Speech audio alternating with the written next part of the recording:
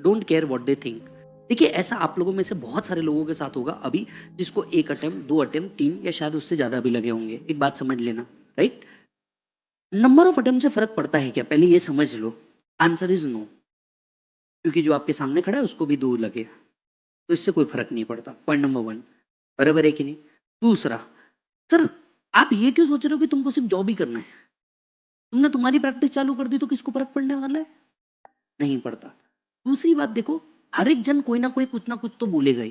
तुम अगर सबका सुनते बैठोगे ना, तो खुद की दुनिया कभी नहीं बना पाओगे। मेरे को भी बहुत प्यार से बोला गया था, अपनों ने ही बोला था, राइट? जैसे मैं आपको मेरा ही बहुत बड़ा किस्सा बता देता हूँ, तकलीफ अपने ही देते हैं।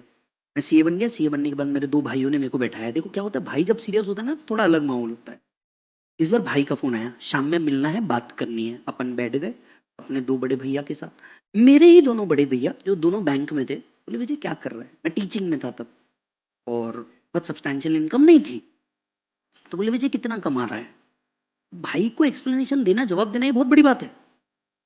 समझ रहे हो? अपन हर बार मस्ती में रहते हैं, इस बार भाई सीरियस था।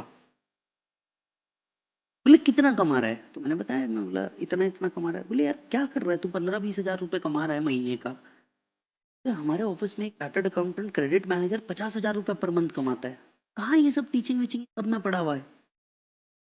मैंने कोई जवाब नहीं दिया और मैंने चुपचाप सुन लिया और बाजू उठ गया। मैंने बोला ठीक है।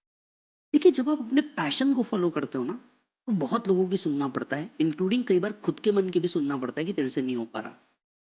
पर जब आप कोई चीज़ फ़ॉलो करते हो ना, हाँ, अगर आप है ना सादा एग्ज़ाम देते रहते ना, आप बिल्कुल सही थे, कोई प्रॉब्लम नहीं। आप सादा एग्ज़ाम देते रहते, आप बिल्कुल सही थे।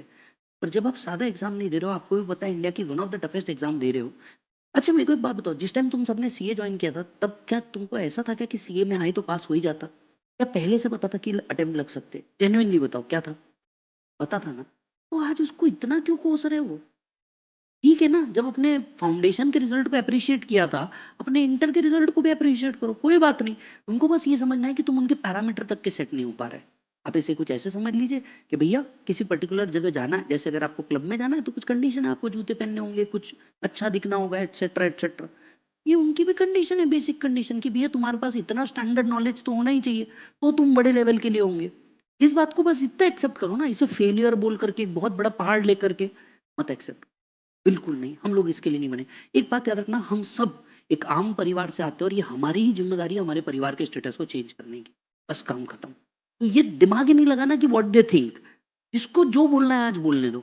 आज कोई ये बोल रहा है दिन भर कहाँ जाता है पता नहीं, दिन भर घूमती रहती है पता नहीं, दिन भर लाइब्रेरी में बैठ के टाइम पास करता है।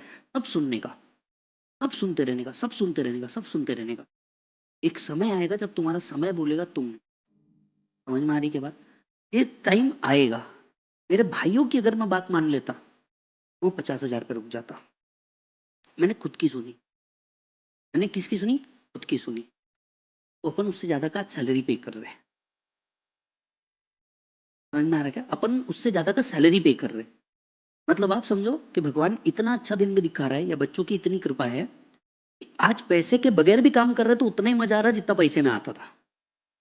और आप सोच के देखो, ये फाइनेंशियल इंडिपेंडेंस कितने लोगों के पास होगा कि नहीं कमाने का आगे बोल? कितने लोग ये दम रख पाएँगे? कितनी डिग्री ये दम रख पाएगी कि मेरे को कमाने का ही नहीं है, आगे बोल? तो ये जो चीज़ है ना, फाइनेंशियल इंडिपेंडेंस बोला जाता है इसको। क्या बोला जाता है? फाइनेंशियल इंड और ये तभी आता है जब तुम तुम्हारा पैशन फॉलो कर सको। समझ में आ रही है बात? तो कोई टेंशन नहीं लेना, आगे बढ़ना।